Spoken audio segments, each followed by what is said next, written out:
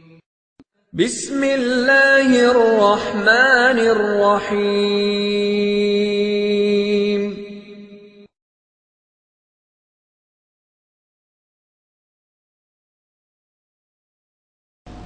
وعلى آله وصحبه أجمعين.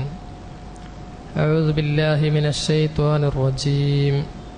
بسم الله الرحمن الرحيم.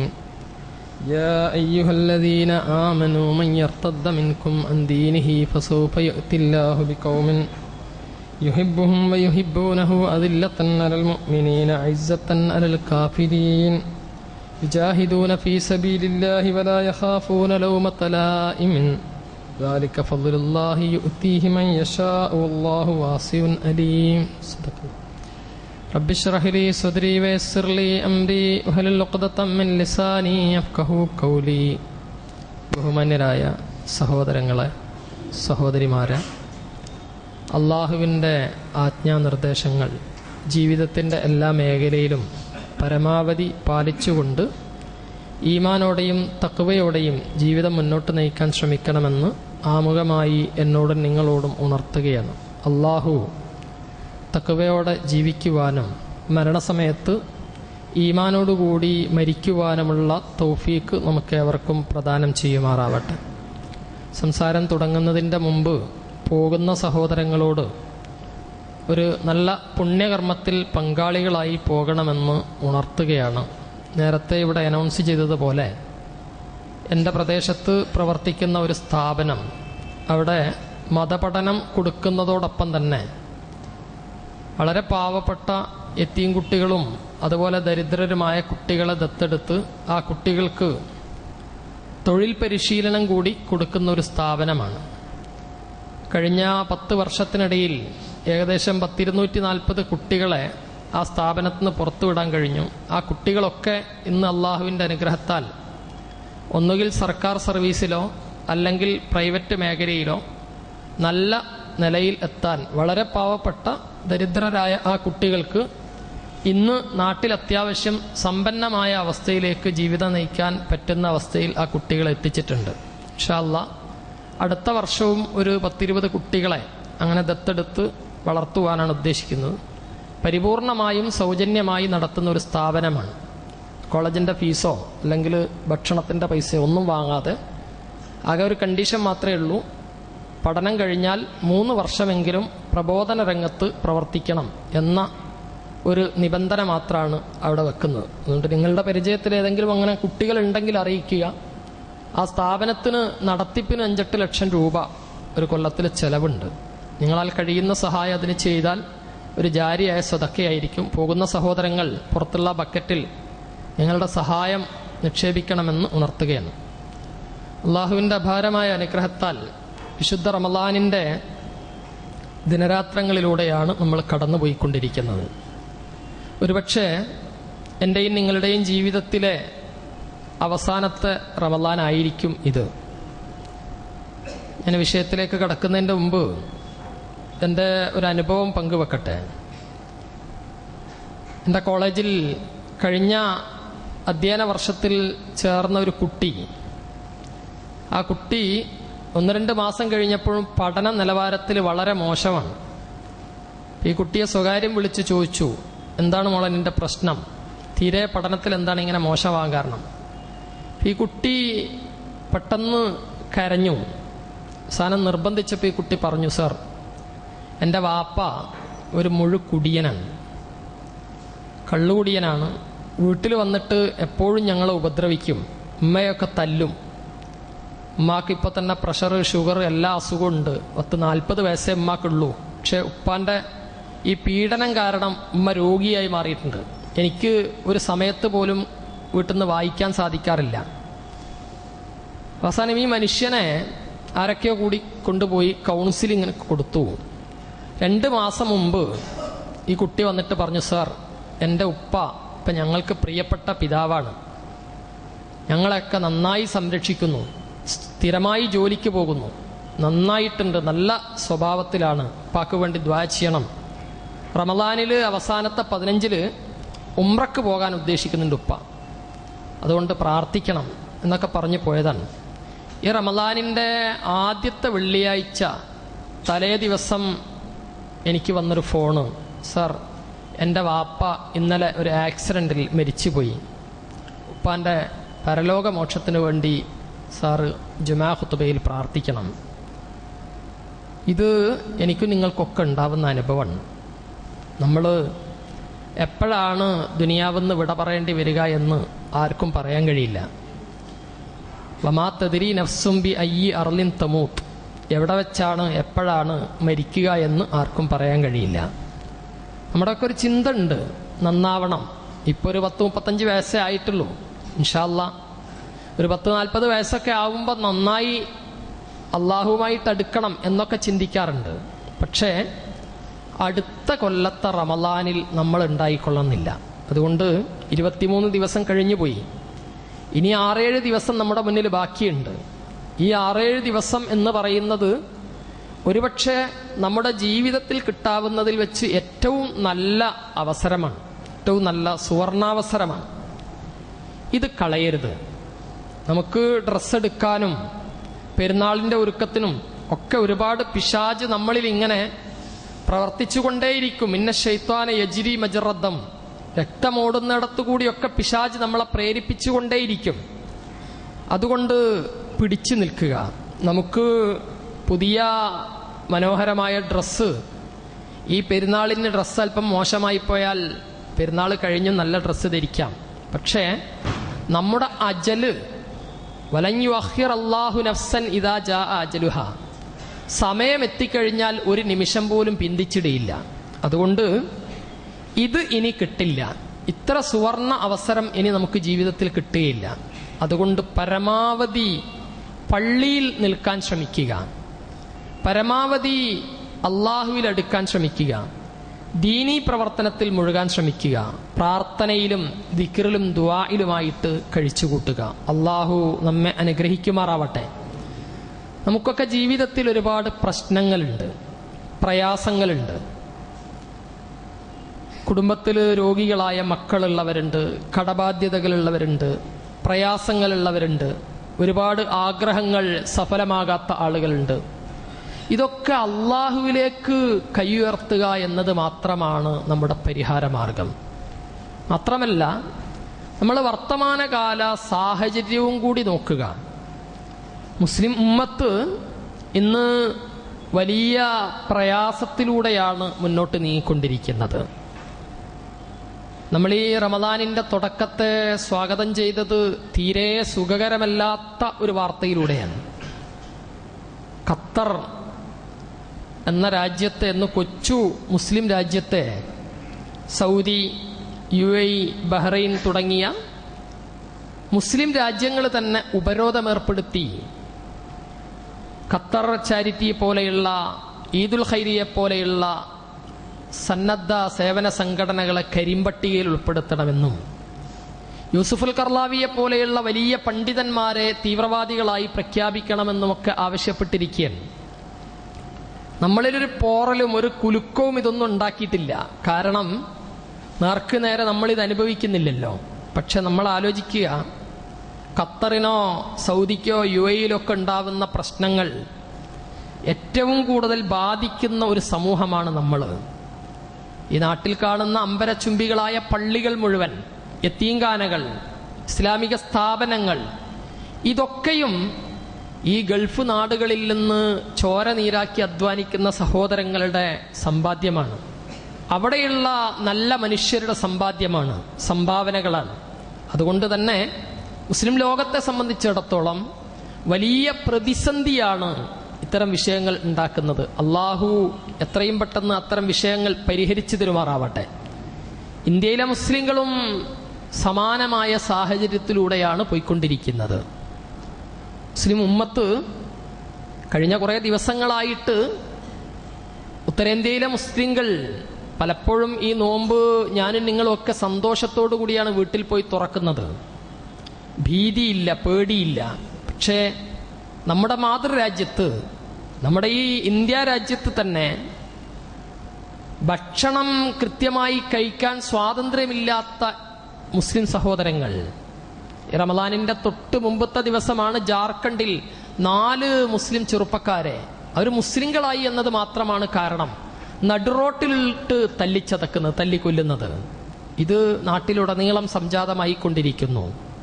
പ്രയാസകരമായ സാഹചര്യത്തിലാണ് നമ്മളുള്ളത്. ഇവിടെ എന്താണ് പരിഹാരമാർഗം? ഇത്തരം പ്രശ്നങ്ങൾക്ക് മുന്നിൽ നമുക്കുള്ള പരിഹാരമാർഗം ഒന്നാമത്തേത് നാം മനസ്സിലാക്കേണ്ടത്, മുസ്ലിം ലോകത്തിന്, മുസ്ലിമീങ്ങൾക്ക് പ്രശ്നങ്ങൾ, പ്രയാസങ്ങൾ എന്ന് പറയുന്നത് പുതുമയുള്ളതല്ല, നമുക്ക് മാത്രമല്ല. എന്ന് മാത്രമല്ല, നമ്മളെക്കാൾ ഭയാനകമായ പ്രയാസങ്ങൾ അനുഭവിച്ചവരാണ് മുൻകാല മുസ്ലിം ഉമ്മത്ത്. വിശുദ്ധ ഖുർആനിൽ മിക്കവാറും നമ്മുടെ ഇശാഇന്റെ ജമാഅത്തിന് ഇമാമ് ഓതുന്ന ഒരു സൂറത്തുണ്ടല്ലോ, അസ്സമാഇ ദാത്തിൽ ബുറൂജ് വൽയൗമിൽ മൗഊദ് വശാഹിദിൻ വമശ്ഹൂദ് ഖുതില അസ്ഹാബിൽ ഉഹ്ദൂദ് അന്നാരി ദാത്തിൽ വഖൂദ് ഇദ്ഹും അലൈഹാ ഖുഊദ് വഹും അലാ മാ യഫ്അലൂന ബിൽ മുഅ്മിനീന ശുഹൂദ്. ആ സൂറത്ത്, ആ ആയത്തുകൾ നമ്മുടെ മുന്നിൽ വിവരിച്ചു തരുന്ന വലിയ ഒരു ചരിത്ര സംഭവമുണ്ട്. റസൂലുള്ളാഹി സല്ലല്ലാഹു അലൈഹി വസല്ലമ ജനിക്കുന്നതിന്റെ ഒരു 600 വർഷങ്ങൾക്ക് മുമ്പ് സൗദി അറേബ്യയിലെ നെജ്റാൻ പ്രദേശത്ത് ഉണ്ടായിരുന്ന സത്യവിശ്വാസികളായ കുറെ മനുഷ്യന്മാർ ഇബ്രാഹിം നബി അലൈഹിസ്സലാമിന്റെ ദീനിൽ വിശ്വസിച്ച് ലാ ഇലാഹ ഇല്ലല്ലാഹ് പ്രഖ്യാപിച്ച് വിഗ്രഹാരാധനയിൽ നിന്ന് വിട്ടുനിന്ന ആ മുസ്ലിമീങ്ങളായ സഹോദരങ്ങൾ, അവരാകെ ചെയ്ത തെറ്റ് അള്ളാഹുവിൽ വിശ്വസിച്ചു എന്നത് മാത്രമാണ്. അവരെ ആ നാട്ടിലെ രാജാവിന്റെ നേതൃത്വത്തിൽ അവിടെയുള്ള മനുഷ്യർ, ഇന്നും സൗദി അറേബ്യയിൽ പോകുന്ന ആളുകൾക്ക് നെജ്റാൻ പ്രദേശത്ത് പോയാൽ അതിന്റെ അവശിഷ്ടങ്ങൾ കാണാൻ സാധിക്കും. വലിയ കിടങ്ങ് കുഴിച്ചിട്ട് ആ കിടങ്ങിൽ ആ പ്രദേശത്തുള്ള 20,000-ഓളം മുസ്ലിമീങ്ങളെ ആ കിടങ്ങിലിട്ട് കത്തിച്ച് കൊന്നുകളഞ്ഞ അനുഭവം ലോകത്ത് മുസ്ലിമീങ്ങളുടെ ചരിത്രത്തിലുണ്ട്. അതാണ് സൂറത്തുൽ ബുറൂജിലൂടെ ഖുർആൻ വിവരിക്കുന്ന ചരിത്രം. മഹാനായ റസൂലുള്ളാഹി സല്ലല്ലാഹു അലൈഹി വസല്ലമയുടെ ജീവചരിത്രം നമുക്ക് അറിയാം. റസൂലുള്ളാഹിന്റെ സഹാബത്ത് അനുഭവിച്ച പീഡനം ഒരുപക്ഷെ ഇന്ന് റോഹിംഗ്യൻ മുസ്ലിങ്ങൾ, അതുപോലെ സോമാലിയിലെ മുസ്ലിങ്ങൾ, സിറിയയിലെ മുസ്ലിങ്ങൾ, യമനിലെ മുസ്ലിങ്ങൾ, ഇങ്ങനെ പലരെയും നമ്മൾ കേൾക്കുന്നുണ്ട്. ഇവരൊന്നും അനുഭവിച്ചിട്ടില്ലാത്ത അത്ര വലിയ പീഡനമാണ് അള്ളാന്റെ റസൂലിന്റെ സഹാബത്ത് അനുഭവിച്ചത്. ഞാനൊരു സഹോദരിയെ പരിചയപ്പെടുത്താൻ നമുക്കറിയാമല്ലോ, സുമയ്യ റളിയല്ലാഹു അൻഹ. ഇസ്ലാമിക ചരിത്രത്തിലെ ആദ്യത്തെ ഷഹീദത്താണ് അവര്. ലാ ഇലാഹ ഇല്ലല്ലാഹ് പറഞ്ഞു എന്നതിന്റെ പേരിൽ, വിശ്വസിച്ചു എന്നതിന്റെ പേരിൽ നഗ്നയാക്കിയിട്ട് ഒരു സ്ത്രീയെ, ഒരു ഭാഗത്ത് യാസർ എന്ന ഭർത്താവ് നിൽക്കുന്നു, മറുഭാഗത്ത് അമ്മാർ എന്ന മകൻ നിൽക്കുന്നു. ഇവരുടെ നടുവിൽ നഗ്നയാക്കി ആ നമ്മുടെ ഉമ്മയെ ആ ക്രൂരന്മാർ ആക്രമിച്ചു. അവസാനം ഇരുമ്പ് ദണ്ട് പഴുപ്പിച്ച് സുമയ്യയുടെ ജനനേന്ദ്രിയത്തിൽ കയറ്റിയിട്ടാണ് ആ മഹദിയെ അവർ കൊന്നുകളഞ്ഞത്. ഇത്ര വലിയ പീഡനം ഒരു പക്ഷേ ഗോണ്ടിനോമയിലെ ജയിലറകളിൽ അനുഭവിച്ചിട്ടുണ്ടാവില്ല. മഹാനായ ബിലാൽ റളിയല്ലാഹു അൻഹുവിനെ ആളുകൾ ചെയ്തത് നഗ്നനാക്കിയിട്ട് ആ മണലാരണ്യത്തിൽ കിടത്തി, നെഞ്ചത്തൊരു പാറക്കല്ലിട്ട് കൊടുത്തു, തോളിൽ കയറി കെട്ടിക്കൊടുത്തു, കുട്ടികൾക്ക് വലിച്ച് മണ്ണിലൂടെ വലിച്ച് കളിക്കാൻ തല്ലിക്കൊണ്ടിരുന്നു. ഇത് മുസ്ലിം ഉമ്മത്ത്, മുസ്ലിം ലോകം മുമ്പ് അനുഭവിച്ച അതിഭയാനകമായ പ്രയാസമാണ്. ഞാൻ പറഞ്ഞത്, മുസ്ലിങ്ങളെ സംബന്ധിച്ചിടത്തോളം ഇന്ന് ലോകത്ത് നടക്കുന്ന പ്രശ്നങ്ങൾ ഇത് പുതിയതല്ല. ഇനി കേരളത്തിലെ മുസ്ലിമീങ്ങളുടെ ഒരു ചരിത്രം ചെറുതൊന്ന് സൂചിപ്പിച്ച് വിഷയത്തിലേക്ക് കടക്കാം. കേരളത്തിലെ മുസ്ലിം ഉമ്മത്ത് ഹിജ്റ 5-ാം വർഷം മുതൽ ഇവിടെ മുസ്ലിമീങ്ങളുണ്ട്. ഈ കൂട്ടത്തിൽ വായിക്കുന്നവരും പഠിക്കുന്നവരും ഒക്കെ ഉണ്ടാവുമല്ലോ. നിങ്ങൾ ചരിത്രം പഠിച്ചു നോക്കുക. കേരളത്തിലെ മുസ്ലിം ഉമ്മത്തിന്റെ ചരിത്രം എന്ന് പറയുന്നത് ഹിജ്റ 5-ാം വർഷം ഇവിടേക്ക് വന്ന കച്ചവടക്കാരായ സ്വഹാബത്തിലൂടെയാണ് ഇവിടെ ദീന് പ്രചരിച്ചത്. പക്ഷേ 14-ാം നൂറ്റാണ്ട് വരെയുള്ള കേരളത്തിലെ ഇസ്ലാമിക ചരിത്രം നമുക്ക് കാണാൻ സാധിക്കില്ല. എന്താണ് അതിൻ്റെ കാരണം? ഈ 6-7 നൂറ്റാണ്ടിലെ ഇസ്ലാമിക ചരിത്രം എവിടെ പോയി? നിങ്ങൾക്ക് ഒരു ചെറിയ യാത്ര നടത്തുക, കൊടുങ്ങല്ലൂർ മുതൽ കാസർഗോഡ് വരെ. ഇവിടെയുള്ള കുറേ പള്ളികളുണ്ട്. കാസർഗോഡ് പള്ളി, പഴയങ്ങാടി പള്ളി, ശ്രീകണ്ഠാപുരം പള്ളി, കൊടുങ്ങല്ലൂരെ പള്ളി. ഇവിടെയൊക്കെ ചില കബറിടങ്ങൾ കാണാം. ആ കബറിടങ്ങളിൽ മീസാൻ കന്നിന്മേൽ കൊത്തിവെച്ച ഡേറ്റുകൾ കാണാം. അറബി ലിപിയിൽ കാണാം. അത് ഹിജറ 11-ാം വർഷം, ഹിജറ 12-ാം വർഷമൊക്കെയാണ് ആ മഹാന്മാർ മരിച്ചത്. എന്ന് പറഞ്ഞാൽ അന്ന് തന്നെ ഇസ്ലാം ഇവിടെ ഉണ്ട്.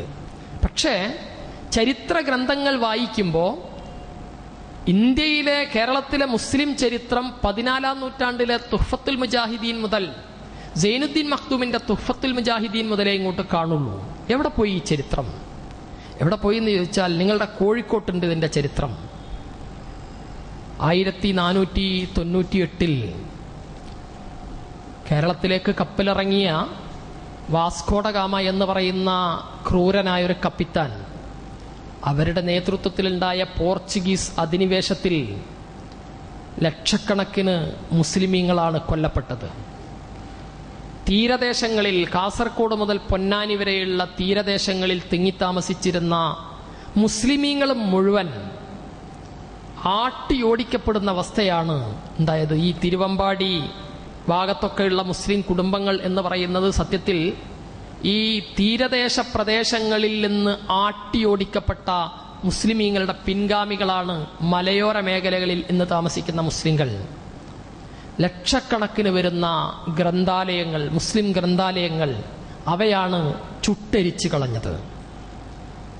ഞാൻ സൂചിപ്പിച്ചത് നമ്മുടെ കേരളത്തിലെ മുസ്ലിമീങ്ങളുടെ ചരിത്രവും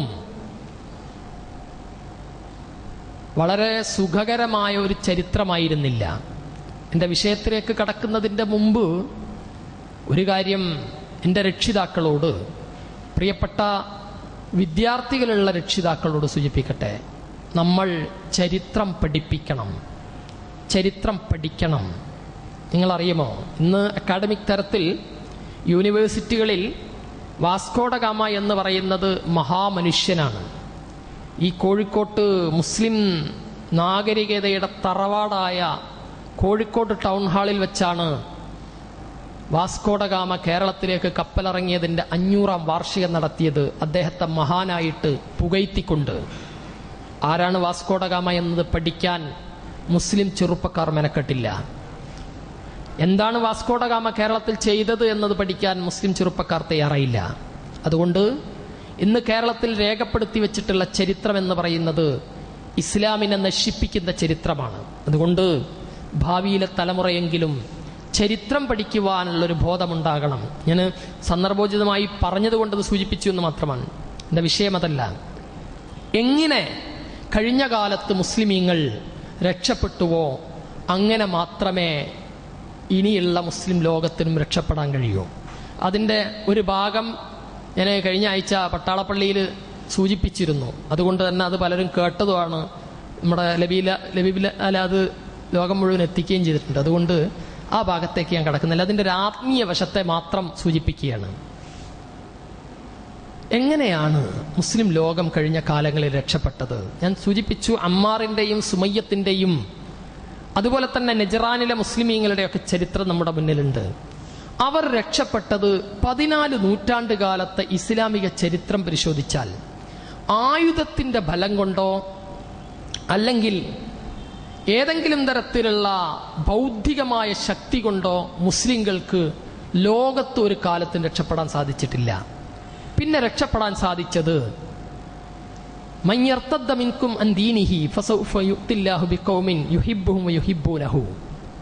അള്ളാഹു ഒരു സമൂഹത്തെ ഉണ്ടാക്കി. അവരാരാണ്? അള്ളാഹു അവരെയും അവർ അള്ളാഹുവിനെയും ഇഷ്ടപ്പെടുന്നവരായിട്ട് മുസ്ലിമീങ്ങൾ മാറിയപ്പോ അള്ളാഹു അവരെ സഹായിച്ചു. നമുക്ക് നാട്ടിൽ ഫാഷിസ്റ്റ് ഭീഷണിയുണ്ട്. നാട്ടിൽ, ലോകത്ത് ഇസ്ലാമിക സമൂഹം വലിയ ഭീഷണിയിലാണ്. ഈ ഭീഷണിയെ തരണം ചെയ്യാൻ ഭൗതികമായോ അല്ലെങ്കിൽ ആയുധത്തിന്റെ പിൻബലത്തിലോ ഒരു രക്ഷപ്പെടാനുള്ള മാർഗം മുസ്ലിങ്ങൾക്കില്ല. മറിച്ച് അള്ളാഹുവിന്റെ സഹായമാണ് വേണ്ടത്. അള്ളാഹു ഒരു ജനവിഭാഗത്തെ സഹായിക്കണമെങ്കിൽ, എന്നെയും നിങ്ങളെയും അള്ളാഹു സഹായിക്കണമെങ്കിൽ നാം അള്ളാഹുവിന് ഇഷ്ടപ്പെട്ടവരായി മാറണം. അള്ളാഹുവിനെ നാം ഇഷ്ടപ്പെടുന്നവരായിട്ട് മാറണം. ഈ റമളാൻ കൊണ്ട്, ഈ അവസാനത്തെ 10 നമുക്ക് നേടിയെടുക്കാനുള്ള സുപ്രധാനമായ വശം എന്നത് നാം അള്ളാഹുവിനെ ഇഷ്ടപ്പെടുന്നവരായി മാറുക. റളീതു ബില്ലാഹി റബ്ബൻ വബിൽ ഇസ്ലാമി ദീനൻ വബി മുഹമ്മദിൻ നബിയ്യ. റളീതു ബില്ലാഹി റബ്ബൻ, അള്ളാഹുവിനെ റബ്ബായിട്ട് തൃപ്തിപ്പെടാൻ സാധിക്കണം. എപ്പോഴാ അള്ളാഹനെ റബ്ബായിട്ട് തൃപ്തിപ്പെടുന്നത്? 27-ാം രാവിന്റെ അന്ന് പള്ളിയിൽ ഇത്തിക്കാഫിരുന്നിട്ട് പ്രാർത്ഥിക്കുമ്പോ അവിടെ പ്രത്യേകിച്ച് ഒരു സൂക്ഷ്മതയുടെ ആവശ്യം ഉണ്ടാവില്ല. അവസാനത്തെ 10 അവസാനത്തെ വെള്ളിയാഴ്ച ജുമാക്ക് ഖത്തീബ് കരഞ്ഞുകൊണ്ട് പ്രാർത്ഥിക്കുമ്പോൾ അതിന് ആമീൻ പറയാൻ വലിയൊരു ഈമാനിന്റെ ആവശ്യം ഉണ്ടാവില്ല. മറിച്ച് റളീതു ബില്ലാഹി റബ്ബൻ എന്ന് നമ്മൾ പറയേണ്ടത് നമ്മുടെ ഭൗതിക ജീവിതത്തിൽ ഉടനീളമാണ്. എന്റെ കച്ചവടത്തിൽ ഞാൻ അള്ളാഹുവിനെ തൃപ്തിപ്പെടണം. 4 കാശ് അന്യായമായിട്ട് ലാഭമെടുക്കാൻ തോന്നുന്ന സമയം സീസണാണ്. ഈ സീസണിൽ ഇങ്ങനെയൊക്കെ നടത്തിയാലേ ലാഭം കിട്ടൂ എന്ന് കരുതിയിട്ട് കള്ളക്കച്ചവടം നടത്താൻ എനിക്ക് തോന്നുമ്പോ റബ്ബ് എന്ന ഒരു വിളി, അള്ളാഹു എന്ന ഒരു തേട്ടം അത് മനസ്സിലേക്ക് വരണം. അപ്പോഴേ അള്ളാഹുവിന് നമ്മൾ പ്രിയപ്പെട്ടവരായി തീരൂ. രാത്രി വന്ന് പള്ളിയിലിരുന്ന് ഈത്തിക്കാഫിരുന്നിട്ട് അള്ളാന്റെ മുന്നിൽ കൈ ഉയർത്തിയിട്ട് റഹ്മാനായ നാഥ രക്ഷപ്പെടുത്തണേ, കുടുംബത്തെ രക്ഷപ്പെടുത്തണേ, പരലോകം രക്ഷപ്പെടുത്തണേ എന്ന് പ്രാർത്ഥിക്കുമ്പോ ഉച്ചക്ക് കടയിൽ വെച്ച് നടത്തിയ കള്ളക്കച്ചവടത്തെക്കുറിച്ച് ഓർമ്മ വരുന്ന അവസ്ഥയുണ്ടാകരുത്. ഉച്ചക്ക് അന്യനെതിരെ ഫിത്നയും ഫസാദും ഉണ്ടാക്കിയ ഓർമ്മ വരുന്ന അവസ്ഥയുണ്ടാകരുത്. ഞാൻ എല്ലാറ്റിനേക്കാളും അപ്പുറത്ത് റബ്ബിനെ ഇഷ്ടപ്പെടുന്നു എന്ന് പറയാൻ സാധിക്കണം.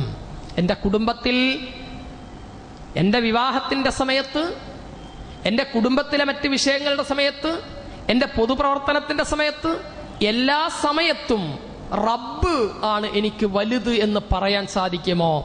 അപ്പോഴാണ് അല്ലാഹ് ബദറിൽ മുസ്ലിമീങ്ങളെ സഹായിച്ചത്. ഹസ്ബുനല്ലാ എന്ന് അവർ പറഞ്ഞപ്പോഴാണ്, അല്ല മതി എന്ന് പറഞ്ഞപ്പോഴാണ്. എൻ്റെ സംസാരത്തിലും എൻ്റെ വേഷത്തിലുമൊക്കെ റബ്ബിനെ കാണാൻ സാധിക്കണം. സന്ദർഭോചിതമായി ഒന്ന് സൂചിപ്പിക്കട്ടെ, 23 ദിവസത്തെ നോമ്പ് നോറ്റവരാണ് നമ്മൾ. ഇനി പെരുന്നാളിന്റെ ഡ്രസ്സ് എടുക്കാൻ വേണ്ടി അങ്ങാടികളിൽ നമ്മൾ കാണുന്നു. ഒന്ന് സൂചിപ്പിക്കട്ടെ, എന്റെയും നിങ്ങളുടെയും ഭാര്യമാർ കോഴിക്കോട്ടെ അങ്ങാടിയിൽ അലഞ്ഞു തിരിയുന്ന അവസ്ഥ ഉണ്ടെങ്കിൽ നോമ്പ് നിഷ്ഫലമാണ്. പെരുന്നാളിന്റെ പർച്ചേസ് പറഞ്ഞ്, അതിന്റെ പേര് പറഞ്ഞ് എന്റെയും നിങ്ങളുടെയും ഭാര്യമാർ അങ്ങാടികളിൽ അലയാനുള്ള അവസ്ഥ ഉണ്ടാകരുത്. ഡ്രസ്സ് എടുക്കണമെങ്കിൽ പെട്ടെന്ന് വീട്ടിലേക്ക് തിരിച്ചു പോകുന്ന അവസ്ഥ ഉണ്ടാകണം. 2, നമ്മൾ ട്രെൻഡിന്റെ കൂടെയാവരുത്. അവ സഹായിക്കില്ല. നാളെ പരലോകത്ത് നരകത്തിലെത്തിയിട്ട് സബാനിയാക്കളായ മലക്കുകള് ക്രൂരമായ രൂപത്തിൽ മനുഷ്യരോട് ചോദിക്കുന്നുണ്ട്, എന്താ മനുഷ്യ നീ ഇവിടെ, എന്താ നിനക്ക് പറ്റിയത്? അപ്പോ നരകവാസിയായി മനുഷ്യൻ പറയുന്നൊരു വാക്കുണ്ട്, കുന്നാ നഹൂലു മഅൽ ഹായിലീൻ, ഞങ്ങൾ ട്രെൻഡിന്റെ ഒപ്പം ഒഴുകിയവരാണ്, ഒഴുക്കിനൊപ്പം ഒഴുകിയവരാണ്. പ്രിയപ്പെട്ട രക്ഷിതാക്കളെ, മകൾക്ക് ഡ്രസ്സ് എടുക്കുമ്പോ, മകന് ഡ്രസ്സ് എടുക്കുമ്പോ ആലോചിക്കേണ്ടത്, ഈ ഡ്രസ്സ് എൻ്റെ മകന് കൊടുത്താൽ അല്ല എന്നെ എങ്ങനെ കാണും എന്നതാണ് ഒന്നാമത്തെ പരിഗണന വേണ്ടത്. ഇത് പുതിയ ട്രെൻഡാണോ, പുതിയ ഫാഷനാണോ എന്ന് നോക്കിയിട്ട് എൻ്റെ 16 വയസ്സുള്ള, 15 വയസ്സുള്ള, 14 വയസ്സുള്ള എൻ്റെ മോൾക്ക് ഞാൻ എടുത്തു കൊടുക്കുന്ന ഡ്രസ്സ് ശരീരം മറയാത്തതാണെങ്കിൽ, ഔറത്ത് വെളിവാകുന്ന രൂപത്തിലുള്ളതാണെങ്കിൽ, ശരീരത്തിന്റെ തുടിപ്പുകൾ പുറത്തു കാണുന്ന രൂപത്തിലുള്ളതാണെങ്കിൽ തീർച്ച നോമ്പ് നിഷ്ഫലമാണ്. നമ്മുടെ പ്രാർത്ഥന അള്ളാഹു തള്ളിക്കളയും. അതുകൊണ്ട് നമ്മൾ ശ്രദ്ധിക്കുക. ചെറുപ്പക്കാരോട് സൂചിപ്പിക്കട്ടെ, നിങ്ങൾ ഇസ്ലാമാവുക, നിങ്ങൾ മുസ്ലിങ്ങളാവുക. എങ്ങനെയാണ് മുസ്ലിങ്ങളാവേണ്ടത്? അള്ളാഹുവിൻ്റെ റസൂലിനെ റോൾ മോഡലാക്കിയിട്ട് മുസ്ലിങ്ങളാവണം. നിങ്ങളുടെ വേഷത്തിനും നിങ്ങളുടെ ഹെയർ സ്റ്റൈലിനും നിങ്ങളുടെ ജീവിതത്തിൻ്റെ നടപ്പിനുമെല്ലാം ഏതെങ്കിലും സിനിമാ നടന്മാരോ സ്പോർട്സ് സ്റ്റാറുകളോ റോൾ മോഡലുകളാവുന്ന അവസ്ഥ ഉണ്ടാകരുത്. നമ്മുടെ നാട്ടിൽ കണ്ടു ചില കുട്ടികളൊക്കെ നല്ല ഭക്തിയുള്ള താടി വെച്ച് നടക്കുന്ന ഒരു കാലം ഉണ്ടായി.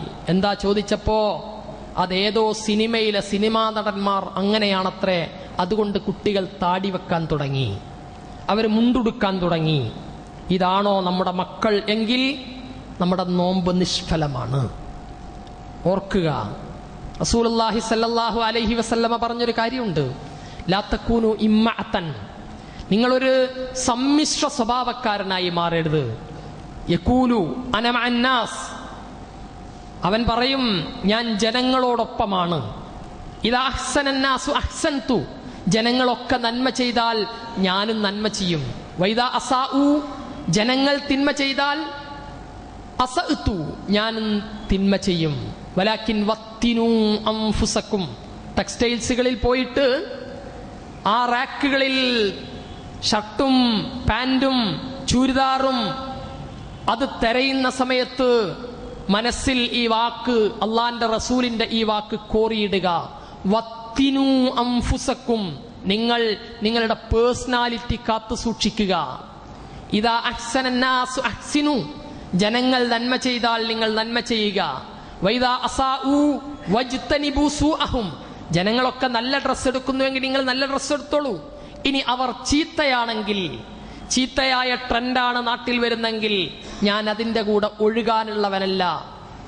നിങ്ങൾ നിങ്ങളുടെ വ്യക്തിത്വത്തെ കാത്തു സൂക്ഷിക്കണം. നാളെ അള്ളാന്റെ കോടതിയിൽ ഇതിന് മറുപടി പറയേണ്ടി വരും. പറഞ്ഞു വന്നത്, നമ്മുടെ ഡ്രസ്സ് തെരഞ്ഞെടുക്കുന്നിടത്ത്, നമ്മുടെ ഭക്ഷണം തെരഞ്ഞെടുക്കുന്നിടത്ത്, നമ്മുടെ കച്ചവടം തെരഞ്ഞെടുക്കുന്നിടത്ത്, നമ്മുടെ മക്കൾക്ക് ഇണകളെ തെരഞ്ഞെടുക്കുന്നിടത്ത്, നമ്മുടെ വീട് വെക്കുന്നിടത്ത് എല്ലായിടത്തും ഹസ്ബുനല്ലാഹ് റളീതു ബില്ലാഹി റബ്ബൻ, ഞാൻ അള്ളാഹുവിനെ റബ്ബായിട്ട് തൃപ്തിപ്പെട്ടു എന്ന് നമുക്ക് പറയാൻ കഴിഞ്ഞാൽ അവിടെ അള്ളാഹുവിൻ്റെ സഹായമുണ്ടാകും. അള്ളാഹു നമ്മൾ പ്രാർത്ഥിക്കുമ്പോൾ പ്രാർത്ഥന സ്വീകരിക്കും. റബ്ബിൻ്റെ മുന്നിലേക്ക് ദാരിദ്ര്യത്തിൻ്റെ പ്രയാസത്തിൻ്റെ ഭാണ്ഡങ്ങൾ അയച്ചു വെച്ചുകൊണ്ട് പ്രാർത്ഥിക്കുമ്പോൾ നമ്മൾ ഓർക്കണം, റബ്ബിനെ നാം തൃപ്തിപ്പെട്ടിട്ടുണ്ടോ എന്നത് ജീവിതത്തിൽ. രണ്ടാമത്തെ ഒന്നുകൂടി നാം ശ്രദ്ധിക്കുക, അല്ലാഹ് പ്രാർത്ഥന തീരെ കേൾക്കാത്ത ഒരു അവസരമുണ്ട്. അത് ഞാൻ ഹറാമായ ഭക്ഷണം കഴിച്ചുകൊണ്ടാണ് പ്രാർത്ഥിക്കുന്നതെങ്കിൽ പ്രാർത്ഥന അള്ളാഹു സ്വീകരിക്കുകയില്ല. നമ്മുടെ ഈ കൂട്ടത്തിൽ ഉദ്യോഗസ്ഥന്മാരാരെങ്കിലും ഉണ്ടെങ്കിൽ, കൈക്കൂലി വാങ്ങുന്ന ശീലമുണ്ടെങ്കിൽ, അല്ലെങ്കിൽ ഓഫീസുകളിൽ ഒപ്പിട്ട് ഓഫീസിൽ ഹാജരാവാതെ ശമ്പളം വാങ്ങുന്ന അവസ്ഥയുണ്ടെങ്കിൽ, അധ്യാപകർ ക്ലാസ് എടുക്കാതെ പോഷൻ തീർത്തു കൊടുക്കാതെ മാസത്തിൽ ശമ്പള ബില്ല് എഴുതി കൊടുക്കുന്നുവെങ്കിൽ സൂക്ഷിക്കുക. അതൊക്കെ നമ്മുടെ നാട്ടിലെ സാധാരണ നടപ്പാണ്. പക്ഷേ ഈ നടപ്പ് റമദാനിൽ അല്ല. ഭാര്യ ക്യാൻസർ ഉണ്ടോ എന്ന് സംശയിച്ച് പോയി ബയോടെസ്റ്റ് നടത്തുന്ന സമയത്ത്, കിഡ്നിയുടെ ക്രിയാറ്റിൻ ടെസ്റ്റ് നടത്തുന്ന സമയത്ത് നമ്മളുണ്ട് ഒരു വിളി, നാഥ റബ്ബേ എന്ന ഒരു വിളി. ഈ വിളിയുടെ സമയത്ത് നമ്മുടെ ചോറ്, നമ്മൾ തിന്നുന്ന ഭക്ഷണം ഹറാമാണെങ്കിൽ പ്രിയപ്പെട്ട മുഅ്മിനീങ്ങളെ, അല്ലാഹ് ആ പ്രാർത്ഥന സ്വീകരിക്കുകയില്ല. ഞാൻ പലപ്പോഴും മിമ്പറിൽ വെച്ച് പറഞ്ഞിട്ടുണ്ട്, നമ്മുടെ കുട്ടികളോട് പരീക്ഷാ സമയത്ത് കോപ്പി അടിക്കുന്ന കുട്ടികളുണ്ടെങ്കിൽ ആ കുട്ടികളെ ഉണർത്തണം. നമ്മളൊക്കെ നിസ്സാരമായി കാണുന്ന, നമ്മുടെ മക്കളും നമ്മളുമൊക്കെ നിസ്സാരമായി കാണുന്നൊരു പ്രശ്നമാണ്. ആ കുട്ടി കോപ്പി അടിച്ചൊരു പരീക്ഷ ജയിച്ച് നാളെ ആ സർട്ടിഫിക്കറ്റ് നേടിയിട്ടൊരു ജോലി നേടിയാൽ ആ കുട്ടി തിന്നുന്ന ഭക്ഷണം ഹറാമാണ്, അല്ലാഹ് പൊരുത്തപ്പെടാത്തതാണ്. അതുകൊണ്ട് നമ്മുടെ ഭക്ഷണം ഹലാലാണ് എന്ന് ഉറപ്പുവരുത്തുക. നമ്മുടെ കച്ചവടം ഒരു കാര്യം സുനിശ്ചിതമാക്കാൻ ശ്രദ്ധിക്കണം. ഫ്രൂട്ട് കച്ചവടക്കാരുണ്ടാകും, വസ്ത്ര കച്ചവടക്കാരുണ്ടാകും, ചെരുപ്പ് കച്ചവടക്കാരുണ്ട്, നമ്മൾ അങ്ങനെ പല മേഖലയിൽ ജോലി ചെയ്യുന്ന ആളുകളുണ്ട്. നമ്മൾ കൊടുക്കുന്ന ഒരു സാധനം സത്യസന്ധമല്ലാത്ത കച്ചവടമാണെങ്കിൽ തീർച്ചയാണ് ഹറാമായ ഭക്ഷണമാണ് നമ്മൾ കഴിക്കുന്നത്. ചെയ്യാത്ത ജോലിക്കാണ് ശമ്പളം വാങ്ങുന്നതെങ്കിൽ ഹറാമായ ഭക്ഷണമാണ് നമ്മൾ കഴിക്കുന്നത്. ഇതിന്റെ സൂക്ഷ്മത എത്രയെന്നറിയുമോ? അള്ളാന്റെ റസൂല് പറഞ്ഞു, ഒരു മനുഷ്യൻ അയാള് കീറിപ്പറഞ്ഞ വസ്ത്രമൊക്കെ ധരിച്ചിട്ടുണ്ട്, ദാരിദ്ര്യത്തിന്റെ എല്ലാ ലക്ഷണവും ഉണ്ട്, വളരെ പ്രയാസമുണ്ട്, അള്ളാന്റെ മുന്നിലേക്ക് കൈ ഉയർത്തിയിട്ട് യാ റബ്ബി യാ റബ്ബി എന്ന് പ്രാർത്ഥിച്ചു കൊണ്ടിരിക്കുന്നുണ്ട്. പക്ഷേ മഅ്കലുഹു ഹറാമുൻ വ മശ്റബുഹു ഹറാമുൻ വ മൽബസുഹു ഹറാമുൻ അന്നാ യുസ്തജാബു ലഹു. അയാളുടെ വസ്ത്രം, അയാളുടെ ഭക്ഷണം, അയാളുടെ പാനീയം എല്ലാം ഹറാമാണ്. അന്നാ യുസ്തജാബു ലഹു. എങ്ങനെയാണ് അയാൾക്ക് അള്ളാഹു ഉത്തരം നൽകുക? മഹാനായൊരു സഹാബിയുടെ, അള്ളാന്റെ റസൂലിന്റെ സഹാബത്ത് ഈ മാർഗത്തിൽ കാണിച്ച സൂക്ഷ്മത ലോകത്ത് തുല്യതയില്ലാത്തതാണ്. ഒരു സഹാബിയുടെ ചരിത്രം നിങ്ങൾക്ക് ചരിത്രത്തിൽ വായിക്കാൻ സാധിക്കും. അബൂ ദുജാന റളിയല്ലാഹു അൻഹു, അദ്ദേഹം ധീരനായൊരു സഹാബിയാണ്. അദ്ദേഹത്തിന്റെ ഒരു പ്രത്യേകതയുണ്ട്. തലയിലൊരു ചുവന്ന ടവല് കെട്ടിയാൽ, യുദ്ധത്തിന്റെ വേളയിൽ തലയിലൊരു ചുവന്ന ടവല് കെട്ടിയാൽ ശത്രുവിന്റെ തല കൊയ്തുകൊണ്ടേ അദ്ദേഹം തിരിച്ചൊരു അത്ര വലിയ ധീരനായ സഹാബിയാണ്. ഒരു ദിവസം പള്ളിയിൽ സുബിഹി നിസ്കാരം കഴിഞ്ഞിട്ട് അബൂ ദുജാന റളിയല്ലാഹു അൻഹു ഉണ്ട് നേരത്തെ എഴുന്നേറ്റ് ഓടിപ്പോകുന്നു. അപ്പോ നബി സല്ലല്ലാഹു അലൈഹി വസല്ലമ അബൂ ദുജാനയോട് ചോദിച്ചു, അല്ല അബൂ ദുജാന, ഒന്നും അള്ളാഹിനോട് ചോദിക്കാനില്ലേ? അള്ളാഹിന്റെ റസൂലിന്റെ സഹാബത്ത് റസൂലുള്ള കാണിച്ചൊരു മാതൃകയുണ്ട്. നിസ്കാരം കഴിഞ്ഞാൽ ദീർഘനേരം ഇരുന്ന് അള്ളാഹിനോട് ദുആ ചെയ്യുന്നവരാണ് സഹാബത്ത്. നമ്മള് നിസ്കാരത്തിന്റെ ശേഷമുള്ള കൂട്ടപ്രാർത്ഥന ബിദ്അത്താണ്. പക്ഷേ നിസ്കാരം കഴിഞ്ഞ ഉടനെയുള്ള പ്രാർത്ഥനക്കാണ് അള്ളാഹു ഏറ്റവും കൂടുതൽ ഉത്തരം തരുന്നത്. അതുകൊണ്ട് ഇരുന്ന് പ്രാർത്ഥിക്കണം. അബൂ ദുജാന പ്രാർത്ഥിക്കാതെ എഴുന്നേറ്റ് പോകുന്നത് കണ്ടപ്പോ അള്ളാന്റെ റസൂല് ചോദിച്ചു, എന്താണ് പറ്റിയത്? അപ്പൊ അദ്ദേഹം പറഞ്ഞൊരു മറുപടി എന്റെയും നിങ്ങളുടെയൊക്കെ ചിന്ത അങ്ങേയറ്റം ബോധ്യപ്പെടുത്തുന്നത്, നമ്മളെ കുറ്റപ്പെടുത്തുന്ന ഒന്നാണ്. അദ്ദേഹം പറഞ്ഞു, അള്ളാന്റെ റസൂലെ, എൻ്റെ വീട്ടിൽ 2-3 ചെറിയ മക്കളാണ് എനിക്കുള്ളത്, ഭാര്യയും ചെറിയ മക്കളും. 3 ദിവസത്തിലേറെയായി ഭക്ഷണം കഴിച്ചിട്ടില്ല. എൻ്റെ മക്കൾ രാത്രി കിടന്നുറങ്ങുന്നത് വിശന്നിട്ട് കരഞ്ഞ് ക്ഷീണിച്ചിട്ടാണ് ഉറങ്ങുന്നത്. അത്ര ദാരിദ്ര്യമാണ്. അള്ളാന്റെ റസൂലെ, എൻ്റെ വീട്ടിൻ്റെ തൊട്ടപ്പുറത്തൊരു ജൂതന്റെ പറമ്പുണ്ട്. ആ ജൂതന്റെ പറമ്പിൽ ഒരു വലിയ ഈത്തപ്പനയുണ്ട്. ആ ഈത്തപ്പനയിൽ നിന്ന് ഈത്തപ്പഴം എൻ്റെ മുറ്റത്തേക്ക് വീഴാറുണ്ട് സാധാരണ രാവിലെ, പഴുത്ത ഈത്തപ്പഴങ്ങൾ. റസൂലെ, ഞാൻ കഴിഞ്ഞ ദിവസം മെനഞ്ഞാന്ന് ചെന്നപ്പോ ഞാൻ കാണുന്ന കാഴ്ച, എൻ്റെ മക്കള് വിശന്ന് തളർന്നിട്ട് ഉറങ്ങിയ എൻ്റെ മക്കള് ഈ ഈത്തപ്പഴം എടുത്തിട്ട് തിന്നുകൊണ്ടിരിക്കുകയാണ്. ഹൃദയം പൊട്ടുന്ന വേദനയോടെ ആ വിശക്കുന്ന മക്കളുടെ തൊള്ളയിൽ നിന്ന് ആ ഈത്തപ്പഴം ഊരിയെടുത്തിട്ട് ഞാൻ ജൂതന്റെ പറമ്പിലേക്ക് എറിഞ്ഞു കൊടുത്തു. കാരണം എൻ്റെ മക്കള് പട്ടിണി കിടന്ന് മരിച്ചാൽ നാളെ സ്വർഗത്തിൽ വെച്ചവരെ എനിക്ക് കാണാം. പക്ഷേ എൻ്റെ മക്കൾ ഹറാമായ ഭക്ഷണം കഴിച്ചിട്ടാണ് മരിക്കുന്നതെങ്കിൽ നാളെ അള്ളാഹുവിൻ്റെ ജഹന്നമിൽ നരകത്തിലായിരിക്കുമല്ലോ എൻ്റെ മക്കൾ എന്ന് ആലോചിച്ചിട്ടാണ് റസൂലെ ഞാൻ ഇത്ര പെട്ടെന്ന് ഓടിപ്പോകുന്നത്. എൻ്റെ മക്കൾ എഴുന്നേൽക്കുന്നതിൻ്റെ മുമ്പ് ആ മുറ്റത്ത് നിന്ന് ഈത്തപ്പഴം പെറുക്കിയിട്ട് ജൂതന്റെ പറമ്പിലേക്ക് എറിഞ്ഞു കൊടുക്കാനാണ്. ഇതാണ് സുഹൃത്തുക്കളെ സൂക്ഷ്മത. നമ്മൾ ഉണ്ടാക്കുന്ന ഓരോ 5 ചില്ലിക്കാശും അത് ഹലാലാണ് എന്ന് ഉറപ്പുവരുത്തണം. കൂടെ ഒന്ന് സൂചിപ്പിക്കട്ടെ, നമ്മളൊന്നും സാധാരണ ഹറാമായ സമ്പാദ്യം സമ്പാദിക്കാറില്ല. പക്ഷേ ചിലപ്പോഴെങ്കിലും നമ്മൾ ഹറാമായത് ഭക്ഷിക്കുന്നു. നമുക്ക് അള്ളാഹു തന്നിട്ടുള്ള അനുഗ്രഹമാണ് നമ്മുടെ ശമ്പളം, നമ്മുടെ കച്ചവടത്തിലെ ലാഭം, നമ്മുടെ വരുമാനം.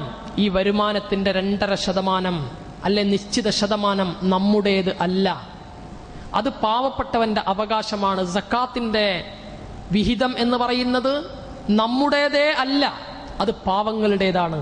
അത് നമ്മൾ ഭക്ഷിക്കുന്നുവെങ്കിൽ, എന്റെ ശമ്പളം കിട്ടിയിട്ട് സക്കാത്ത് കൊടുക്കാതെയാണ്, എന്റെ വരുമാനമുണ്ടായിട്ട് സക്കാത്ത് കൊടുക്കാതെയാണ് എൻ്റെ മക്കൾക്ക് ഞാൻ ഭക്ഷണം കൊടുക്കുന്നെങ്കിൽ ഞാൻ കൊടുക്കുന്ന ഭക്ഷണം ഹറാമായ ഭക്ഷണമാണ്. അതുകൊണ്ട് സുഹൃത്തുക്കളെ, ഈ റമദാനിൽ അള്ളാഹുവിലേക്ക് മടങ്ങണമല്ലോ. ആ സമയത്ത് നോക്കുക, വരുമാനത്തിന്റെ കൃത്യമായ സക്കാത്ത് കൊടുത്തു തീർക്കണം. ഇതിന്റെ ഒരു ഗൗരവമുള്ളൊരു വശവും കൂടി ഉണ്ട്. നിങ്ങൾ പലപ്പോഴും ഈ മയ്യത്ത് നിസ്കാരത്തിന് പങ്കെടുക്കുന്ന ആളുകളാണ് നമ്മൾ. പല മയ്യത്ത് നിസ്കാരത്തിൻ്റെ സമയത്ത് മക്കൾ അനൗൺസ് ചെയ്യാറുണ്ട്, എൻ്റെ വാപ്പയാണ് മരിച്ചു കിടക്കുന്നത്, നിങ്ങൾ ദ്വാ ചെയ്യണം എന്നൊക്കെ പറയാറുണ്ട്.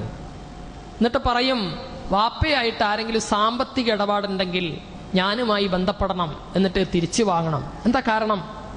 കടബാധ്യതയോടുകൂടി മരിച്ചു പോയാൽ അള്ളാഹുവിൻ്റെ അടുക്കൽ രക്ഷപ്പെടില്ല.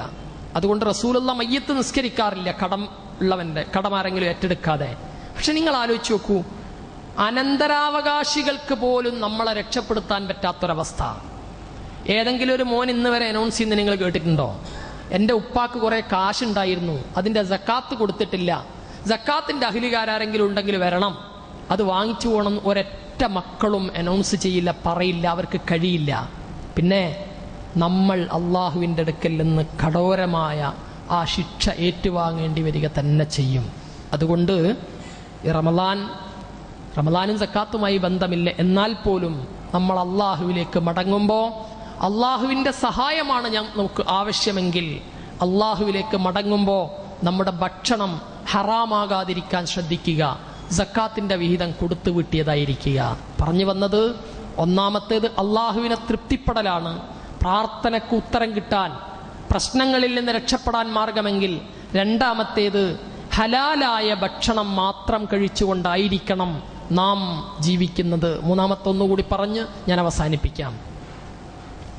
നമ്മൾ പല ഉത്തരവാദിത്തങ്ങളുള്ളവരാണ്, ഒരുപാട് ഉത്തരവാദിത്തങ്ങൾ. ഖുർആൻ 1000-ലേറെ ആയത്തുകൾ പറയുന്നത് ചരിത്രമാണ്. എന്തിനാണ് 1000-ലേറെ ആയത്തുകളിൽ ചരിത്രം പറയുന്നത്? ഓരോ ചരിത്രപാഠങ്ങളിലും കൃത്യമായ ഗുണപാഠമുണ്ട്. നമ്മൾ വായിച്ചു നോക്കുക, ഖാറൂന്റെ സംഭവം ഖുർആൻ പറയുന്നുണ്ട്. ഒരു അണക്കെട്ട് പൊട്ടി വീണ ചരിത്രം, മആരിബ് അണക്കെട്ട് ഒരു സമൂഹത്തിലേക്ക് പൊട്ടിയൊഴുകിയ ചരിത്രം ഖുർആൻ പറയുന്നുണ്ട്. അങ്ങനെ 1000-ഓളം ചരിത്രങ്ങൾ പറയുന്നുണ്ട്. ഇതിലേറ്റവും കൂടുതൽ ചരിത്രം പറഞ്ഞിട്ടുള്ളത് ബനു ഇസ്രായേലിയരുടേതാണ്. ഈ ബനു ഇസ്രായേലിയരുടെ ചരിത്രത്തിലൊരു ശ്രദ്ധേയമായ ഒരു ഭാഗമുണ്ട്. ബനു ഇസ്രായേലിയർ ഫിർഔനിന്റെയും പട്ടാളക്കാരുടെയും ഷർറിൽ നിന്ന് അള്ളാഹു മൂസാ നബിയെയും ബനു ഇസ്രായേലിയരെ രക്ഷപ്പെടുത്തി. ചെങ്കടൽ പിളർന്നിട്ട് അവർ അവിടെ നിന്ന് രക്ഷപ്പെട്ട കഥ നമുക്കറിയാം. അവർ നേരെ എത്തിപ്പെടുന്നത് തീഹ് മരുഭൂമിയിലാണ്. ഈ തീഹ് മരുഭൂമിയിലെത്തിയപ്പോൾ അള്ളാഹ് അവർക്കൊരു ഓർഡർ കൊടുക്കുന്നുണ്ട്, നിങ്ങൾ ഫലസ്തീൻ കീഴടക്കണം. അവിടെ മമാലിക്കുകൾ എന്ന് പറയുന്ന ഒരു ക്രൂരന്മാരായ വിഭാഗമാണ് ഉള്ളത്. ആ മമാലിക്കുകളെ കീഴടക്കിയിട്ട് ഫലസ്തീൻ നിങ്ങൾ കീഴടക്കണമെന്ന് അവരോട് ആവശ്യപ്പെട്ടു. അപ്പോ ബനു ഇസ്രായേലിയരുടെ കുപ്രസിദ്ധമായ ഒരു വാക്കുണ്ട്, ഇദ്ഹബ് അൻത വറബ്ബുക വഖാതില വഇന്നാ ഹഉനാ ഖായിദൂൻ. നീയും റബ്ബും പോയിട്ട് യുദ്ധം ചെയ്യാൻ, ഞങ്ങൾ ഇവിടെ ഇരിക്കുകയാണ്. ഇത് കാരണം അവർ മരുഭൂമിയിലാണ് 40 കൊല്ലക്കാലം കഴിച്ചു കൂട്ടിയത് ബനു ഇസ്രായേലിയർ. മൂസാ നബി അലൈഹിസ്സലാം അവിടെ വെച്ചാണ് മരിക്കുന്നത്.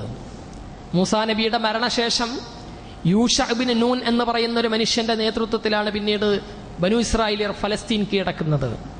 നമ്മുടെ വിഷയം അതല്ല. ഈ 40 കൊല്ലത്തിനിടയിൽ അള്ളാഹു കുറേ അനുഗ്രഹങ്ങൾ അവർക്ക് ഇറക്കി കൊടുത്തു. അതാണ് മന്നയും സെൽവയും. മന്നയും സെൽവയും എന്ന് പറഞ്ഞാൽ ഒരു തരം കാടപ്പക്ഷി പോലത്തെ ഒരു നല്ല പ്രോട്ടീനുള്ള ഒരു ഭക്ഷണം, അതുപോലെ മഞ്ഞുതുള്ളി പോലെ വളരെ നിർമ്മലമായ ഒന്ന്. ഇതാണ് മന്നയും സെൽവയും. ദിവസം മേലെ മേഘങ്ങൾ തണലിട്ട് കൊടുത്തിട്ടുണ്ട്. രാവിലെ എഴുന്നേറ്റാൽ ഈ പക്ഷിയെ ഭക്ഷിക്കാം, ഈ സെൽവ ഭക്ഷിക്കാം. അങ്ങനെ കഴിഞ്ഞുകൂടുന്നു. 10-20 വർഷം കഴിഞ്ഞു. ഇനി നമ്മൾ ആലോചിക്കുക, നമുക്ക് റമദാൻ 1 മുതൽ 10 വരെ നോമ്പ് തുറക്കാൻ മട്ടൻ ബിരിയാണി തന്നെയാണ് കിട്ടുന്നതെന്ന് കരുതുക. നമ്മൾ എന്ത് പറയും? ഒരു ചേഞ്ച് ആവശ്യമാണ്. കുറച്ച് ചപ്പാത്തിയോ വെള്ളപ്പൊക്കെ കിട്ടിയാൽ നല്ലതാണ്, അല്ലേ? ഇതേ വർത്തമാനം ബനു ഇസ്രായേലിയർ ഒരു 25 കൊല്ലത്തിന്റെ ശേഷം പറയുന്നുണ്ട്. വൈദ് ഖുൽതും യാ മൂസ ലൻ നസ്ബിറ അലാ തആമിൻ വാഹിദ ഫദഉ ലനാ മിൻ റബ്ബിക മിൻ തുഖ്രിജ് ലനാ മിമ്മാ തുംബിത്തുൽ അർള മിൻ ബഖലിഹാ വഖിസ്സാഇഹാ വഫൂമിഹാ. മൂസേ, ഞങ്ങൾക്ക് ഈ ഒരു ഭക്ഷണത്തിൽ ക്ഷമിക്കാൻ കഴിയുന്നില്ല. നീ അള്ളാഹുവിനോട് പ്രാർത്ഥിക്കണം, കുറച്ച് പച്ചക്കറിയും കുറച്ച് ചീരയും കക്കിരിയൊക്കെ ഉണ്ടാക്കി തരാൻ അള്ളാഹിനോടൊന്ന് പ്രാർത്ഥിക്കണം. നിങ്ങൾ ആലോചിച്ച് നോക്കൂ, ന്യായമായ ഒരു വിഷയമാണ് ബനു ഇസ്രായേലിയർ പറഞ്ഞത്. 25 കൊല്ലക്കാലം ഒരേ ഭക്ഷണം കഴിച്ച ഒരു സമൂഹം അള്ളാഹുവിനോട് ആവശ്യപ്പെടുന്നത് അള്ളാഹു ഒരു വെറൈറ്റി ഉണ്ടാവണം എന്നാണ്. പക്ഷേ അള്ളാന്റെ മറുപടി എന്താ അറിയോ? ഇഹ്ബിത്തു മിസ്രൻ ഫഇന്ന ലക്കും മാ സഅൽതും. വല്ല പട്ടണങ്ങളിലേക്കും പോയിക്കൊള്ളുക, അവിടെ നിങ്ങൾ ചോദിക്കുന്നുണ്ടാകും എന്ന് പറഞ്ഞ എന്താ അർത്ഥം? ഇങ്ങോട്ട് കൈ നീട്ടേണ്ടതില്ല എന്നാണ്. അള്ളാഹു ആ പ്രാർത്ഥന നിരസിക്കുകയാണ് ചെയ്യുന്നത്. എന്തായിരുന്നു കാരണം? അള്ളാഹ് ഏൽപ്പിച്ച ഉത്തരവാദിത്തം നിർവഹിച്ചില്ല. ഫലസ്തീനിൽ പോയി മമാലിക്കുകളെ കീഴടക്കി ബൈത്തുൽ മുഖദ്ദസ് പിടിച്ചടക്കാൻ അവരോട് അള്ളാഹ് ഒരു ഉത്തരവാദിത്തം ഏൽപ്പിച്ചപ്പോ ആ ഉത്തരവാദിത്തത്തിൽ നിന്ന് അവർ ഒളിച്ചോടിയത് കാരണം അള്ളാഹു നിർണായക ഘട്ടത്തിൽ അവർക്ക് പ്രാർത്ഥനക്ക് ഉത്തരം കൊടുത്തില്ല. ഞാനും നിങ്ങളുമൊക്കെ ഒരുപാട് ഉത്തരവാദിത്തങ്ങൾ ഏൽപ്പിക്കപ്പെട്ടവരാ.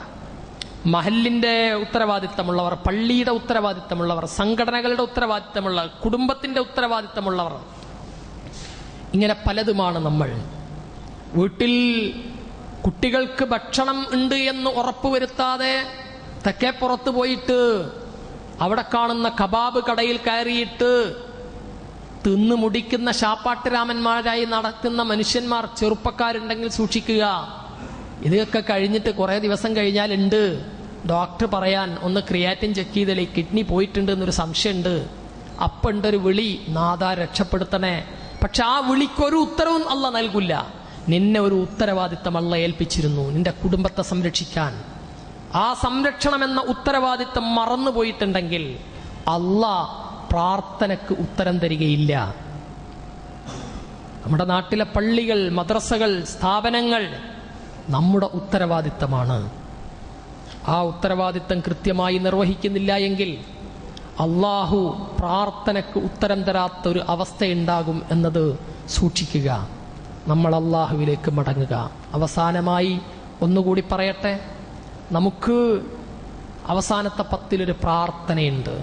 അല്ലാഹുമ്മ ഇന്നക അഫുവൻ തുഹിബ്ബൽ അഫ്വ ഫഅഫു അന്നി. അല്ലാഹുവേ, നീ വിട്ടുവീഴ്ച ചെയ്യുന്നവരാണ്, വിട്ടുവീഴ്ച ഇഷ്ടപ്പെടുന്നവനാണ്, അതുകൊണ്ട് എന്നോട് നീ വിട്ടുവീഴ്ച കാണിക്കണമേ എന്ന് നിരന്തരമായി പ്രാർത്ഥിക്കണം. ഇത് കടകളിൽ ഇരിക്കുമ്പോൾ പ്രാർത്ഥിക്കണം, അങ്ങാടിയിലൂടെ നടക്കുമ്പോൾ പ്രാർത്ഥിക്കണം, ഇത് വീട്ടിൽ വെറുതെ ഇരിക്കുമ്പോഴും പള്ളിയിലിരിക്കുമ്പോഴും പ്രാർത്ഥിക്കണം. അല്ലാഹുമ്മ അഫുവൻ തുഹിബ്ബൽ അഫ്വ ഫഅഫു അന്നി. അല്ലാഹുവേ, നീ എന്നോട് വിട്ടുവീഴ്ച ചെയ്യണമേ. അല്ലാഹുമ്മ അർഹംനി യാ അർഹമർ റഹീമീൻ. അല്ലാഹുവേ, എന്നോട് കാരുണ്യം കാണിക്കണമേ. ഇത് പ്രാർത്ഥിക്കാനാണ് റമളാൻ.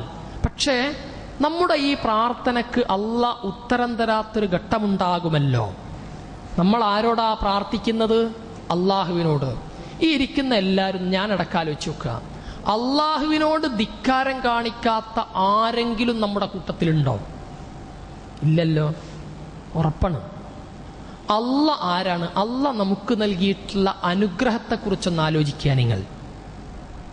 ഞാന് ഈ റമളാന്റെ തൊട്ട് മുമ്പ് 1-2 ആഴ്ച മുമ്പ് ഞാൻ ഖുത്ബ നടത്തുന്ന തലശ്ശേരി പള്ളിയിൽ നിന്ന് ഖുത്ബ കഴിഞ്ഞ് പുറത്തിറങ്ങി അവിടെയുള്ള ഹോട്ടലിൽ കയറി ഭക്ഷണം കഴിച്ച് പുറത്തിറങ്ങുമ്പോൾ കണ്ട കാഴ്ച ഒരു ഹൃദയഭേദകമായ ഒരു കാഴ്ചയായിരുന്നു. അവിടെ ഒരു ഉമ്മ, ഒരു 10-40 വയസ്സ് തോന്നിക്കുന്ന ഒരു ഉമ്മ, ആ ഉമ്മയുടെ കൂടെ 2 കുട്ടികളുണ്ട്. ഒരു 3 വയസ്സ് തോന്നിക്കുന്ന ഒരു ആൺകുട്ടിയും ഒരു 7-7.5 വയസ്സ് തോന്നുന്ന ഒരു പെൺകുട്ടിയും. ഉമ്മ നന്നായി ക്ഷീണിച്ചിട്ടുണ്ട്, മക്കളും ക്ഷീണിച്ചിട്ടുണ്ട്. ഉമ്മാന്റെ കയ്യിൽ ഒരു അരപ്പൊതി ചോറുണ്ട്. ഉമ്മാന്റെ വിശപ്പ് അടക്കി പിടിച്ചുകൊണ്ട് ഈ ചോറ് സ്വാഭാവികമായും ഒരു സ്ത്രീ ചെയ്യുന്നത് പോലെ ആ ഇളയ കുട്ടിയുടെ വായിൽ വെച്ചു കൊടുക്കുക. ഞാൻ കാണുന്ന കാഴ്ച, ഈ ചെറിയ മോള്, 7 വയസ്സുള്ള മോള്, എനിക്കുണ്ട് അങ്ങനത്തെ ഒരു മോള്, 7-8 വയസ്സുള്ള ആ മോള് ഉമ്മാനെ തല്ലിക്കൊണ്ടിരിക്കുക. വിശപ്പ് സഹിക്കാൻ കഴിയാഞ്ഞിട്ട് ഉമ്മയെ തല്ലുകയാണ് മോള്. ഉമ്മ നിസ്സഹായയാണ്. ഞാൻ പോയിട്ട് ഈ കുട്ടിയെ പിടിച്ചു. ഈ കുട്ടിയെ കൂട്ടിയിട്ട് ആ ഹോട്ടലിൽ കൊണ്ടുപോയിട്ട് ചോറ് വാങ്ങിച്ചു കൊടുക്കാൻ വെച്ചിട്ട് ആ കുട്ടി കൊണ്ടുപോയി. പക്ഷേ ആ പഹയൻ ആ കുട്ടി ആട്ടി ഓടിച്ചു കളഞ്ഞു. ഇവന്റെ ക്രൗര്യം കണ്ടപ്പോൾ തന്നെ കുട്ടി ഓടിക്കളഞ്ഞു. എന്നിട്ട് എന്നോട് പറഞ്ഞു, നിങ്ങൾക്ക് വേണേ കയറി ഭക്ഷണം കഴിക്കാം, ഇത്തരം ആളുകളെയും കൂട്ടിയിട്ട് വന്നാൽ നാളെ മറ്റുള്ള ആളുകളുടെ കൂടെയും വരും. ഇത് കച്ചവടത്തെ ബാധിക്കും. അതുകൊണ്ട് ഇത്തരം ആളുകളെ കടയിലേക്ക് കൂട്ടിക്കൊണ്ടുവരാൻ പാടില്ല. നമ്മുടെ വിഷയം, എനിക്ക് നിങ്ങൾക്കൊക്കെ മക്കളുണ്ടല്ലോ, 7 വയസ്സ് 8 വയസ്സൊക്കെ ഉള്ള മക്കൾ. ഒന്ന് ഓർത്തു നോക്കൂ. കുട്ടികൾക്ക് സ്കൂളിലെ ഫീസ് അടക്കാൻ കഴിയാത്തതിൻ്റെ പേരിൽ കുട്ടികൾ വീട്ടിൽ നിന്ന് അലമുറ ഇട്ടിട്ടുണ്ടാവും. ബുക്ക് വാങ്ങാത്തതിൻ്റെ പേരിൽ അലമുറ ഇട്ടിട്ടുണ്ടാവും. ചെരുപ്പില്ലാത്തതിൻ്റെ പേരിൽ അലമുറ ഇട്ടിട്ടുണ്ടാവും. എന്നെങ്കിലും ഒരിക്കൽ എൻ്റെയോ നിങ്ങളുടെയോ മക്കൾക്ക് ഭക്ഷണം കിട്ടാത്തതിൻ്റെ പേരിൽ നമ്മളോട് അലമുറയിടേണ്ടി വന്നിട്ടുണ്ടോ? അള്ളാഹ് കാത്ത് രക്ഷിക്കുമാറാവട്ടെ. ഇല്ലല്ലോ. നമ്മുടെയൊന്നും ഓർമ്മയിൽ അങ്ങനെ ഇല്ല. അള്ളാഹ് തന്ന അനുഗ്രഹം എത്രയാ. ഇമാം സഹബി റഹ്മത്തുള്ളാഹി അലൈഹിക്ക് ഒരു കിതാബുണ്ട്, അൽ ഖബായിർ എന്നാണ് ആ കിതാബിൻ്റെ പേര്. അതിൽ 30-ാമത്തെ 100ഓളം മഹാപാപങ്ങളെ കുറിച്ചാണ് അദ്ദേഹം പറയുന്നത്. 30-ാമത്തെ മഹാപാപമായിട്ട് അദ്ദേഹം എണ്ണുന്നത് അള്ളാഹ് തന്ന അനുഗ്രഹങ്ങളെക്കുറിച്ച് ഓർക്കാതിരിക്കുക എന്നത് വൻ പാപമാണ് എന്ന് അദ്ദേഹം പറയുന്നുണ്ട്. നമ്മളെ അള്ളാഹു അനുഗ്രഹിച്ചു ഒരുപാട്. ഈ പെരുന്നാളിൽ നിങ്ങളൊക്കെ പലയിടത്തും ടൂർ പോകുമല്ലോ. മക്കളെയും കൂട്ടിയിട്ട് ഒന്ന് പറ്റുമെങ്കിൽ പോകുന്ന വഴിയിൽ ആ മെഡിക്കൽ കോളേജിൽ ഒന്ന് കയറണം. നമ്മളൊക്കെ എത്രത്തോളം അള്ളാഹ് എന്നെയും നിങ്ങളെ അനുഗ്രഹിച്ചു എന്ന് നേർക്ക് നേരെ കാണാം. നമ്മളെ മെഡിക്കൽ എയ്ഡ് സെന്ററിന്റെ ചെറുപ്പക്കാർ അവിടെ വളണ്ടിയർമാരായിട്ട് സേവനം ചെയ്യുമ്പോൾ അവർക്കുണ്ടാവുന്നൊരു നിർവൃതിയുണ്ട്. കാരണം ആ പാവങ്ങള് ക്യാൻസർ വാർഡിലൊക്കെ പോകുമ്പോൾ കരഞ്ഞ് അലമുറയിടുന്ന മനുഷ്യന്മാർ. അള്ളാഹു നമ്മയൊക്കെ കാത്തു രക്ഷിക്കുമാറാവട്ടെ. അള്ളാഹ് നമ്മളെ എത്ര അനുഗ്രഹിച്ചു എന്നത് ഇത് കാണുമ്പോഴാണ് തിരിയുക. ഞാൻ പറഞ്ഞു വന്നത്, ഇത്രയൊക്കെ അനുഗ്രഹം തന്നിട്ടുള്ള, അനുഗ്രഹങ്ങളെ കൊണ്ട് നമ്മളെ മൂടിയിട്ടുള്ള പടച്ചവൻ, ആ പടച്ചവനോടാണ് നമ്മൾ ധിക്കാരം കാണിക്കുന്നത്. ആ ധിക്കാരം കാണിച്ചിട്ടാണ് അള്ളാഹിനോട് പറയുന്ന അല്ലാഹുമ്മ ഇന്നക അഫ്വൻ തുഹിബ്ബൽ അഫ്വ ഫഅഫു അന്നി, അള്ളാഹുവെ പൊറുക്കണമേ എന്ന്. പക്ഷേ നമ്മൾ ഇത്രയൊന്നും ആർക്കും ചെയ്തു കൊടുത്തിട്ടില്ല. പക്ഷേ നമ്മളോട് ഒരു ചെറിയ തെറ്റ് ചെയ്ത മനുഷ്യൻ, ഏതോ ദുർബല നിമിഷത്തിൽ നമ്മളോട് പറഞ്ഞു പോയൊരു വാക്ക്, നമ്മളോട് ചെയ്തു പോയൊരു പ്രവൃത്തി, അതിൻ്റെ പേരിൽ വർഷങ്ങളായിട്ട് കണ്ടാൽ മിണ്ടാത്ത, സലാം പറയാത്ത, ലോഗ്യം ചെയ്യാത്ത എത്ര സഹോദരങ്ങളുണ്ട്. അത് വെച്ചിട്ട് വന്നിട്ട് അള്ളാന്റെ പള്ളിയിൽ വന്നിട്ട് എന്ത് തൗബയാ നമുക്ക് ചെയ്യാനുള്ളത്? ഒരു തൗബയും അള്ളാഹ് സ്വീകരിക്കില്ല. ആ കൂട്ടുകാരനോട് പോയിട്ട് പൊരുത്തപ്പെടിക്കണം. ആ കൂട്ടുകാരനോട് പോയിട്ട് പരസ്പരം വിട്ടുവീഴ്ച ചെയ്യാൻ നമ്മൾ കാണിക്കണം. ഇർഹമു മൻഫിൽ അർളി യർഹമുക്കും മൻ ഫിസ് സമാ. നമ്മൾ നമ്മുടെ കൂടെയുള്ളവരോട് വിട്ടുവീഴ്ച കാണിക്കുമ്പോഴാണ് അള്ളാഹു നമ്മളോട് വിട്ടുവീഴ്ച കാണിക്കുക. അതുകൊണ്ട് പ്രാർത്ഥന അള്ളാഹു സ്വീകരിക്കണമെങ്കിൽ, പ്രത്യേകിച്ച് ഈ അവസാനത്തെ 10 ഭക്തി നിർഭരമായ ഒരു സമയത്ത് അള്ളാഹ് നമ്മുടെ ദുആ സ്വീകരിക്കണമെങ്കിൽ നാം നമ്മുടെ കൂടെയുള്ളവരോട് വിട്ടുവീഴ്ച കാണിക്കുക. അള്ളാഹു അനുഗ്രഹിക്കുമാറാവട്ടെ. പരമാവധി സൂക്ഷ്മതയോടുകൂടി അള്ളാഹുവിലേക്ക് മടങ്ങാൻ അള്ളാഹു നമ്മെ എല്ലാവരെയും അനുഗ്രഹിക്കുമാറാവട്ടെ. ഞാൻ ആമുഖത്തിൽ പറഞ്ഞ ആ സ്ഥാപനത്തെ സഹായിക്കണമെന്ന് അഭ്യർത്ഥിക്കുകയാണ്. ഞാൻ വർഷങ്ങളായിട്ട് പ്രസംഗിക്കാൻ പോയാൽ കിട്ടുന്ന TA, ഇതുപോലെയുള്ള എൻ്റെ എല്ലാ വരുമാനങ്ങളും, എൻ്റെ ശമ്പളം ഒഴിച്ചുള്ള ഇത്തരത്തിൽ കിട്ടുന്ന വരുമാനങ്ങളൊക്കെ ആ സ്ഥാപനത്തിനാണ് കൊടുക്കാറുള്ളത്. അതുകൊണ്ട് നിങ്ങളാൽ കഴിയുന്ന സഹായം 3000 രൂപ ഒരു കുട്ടിക്ക് ഒരു മാസത്തെ ഭക്ഷണത്തിന് ചെലവ് വരുന്നുണ്ട്. അൽഹംദുലില്ലാഹ്, എനിക്കത് വല്ലാത്ത ജീവിതത്തിലെ വല്ലാത്ത സംതൃപ്തി നൽകുന്നുണ്ട്. കാരണം കുറെ പട്ടിണി പാവങ്ങളെ ഇങ്ങനെ രക്ഷപ്പെടുത്താൻ അവർക്ക് നമുക്ക് ഭക്ഷണം കൊടുക്കാം സാധാരണഗതിയിൽ.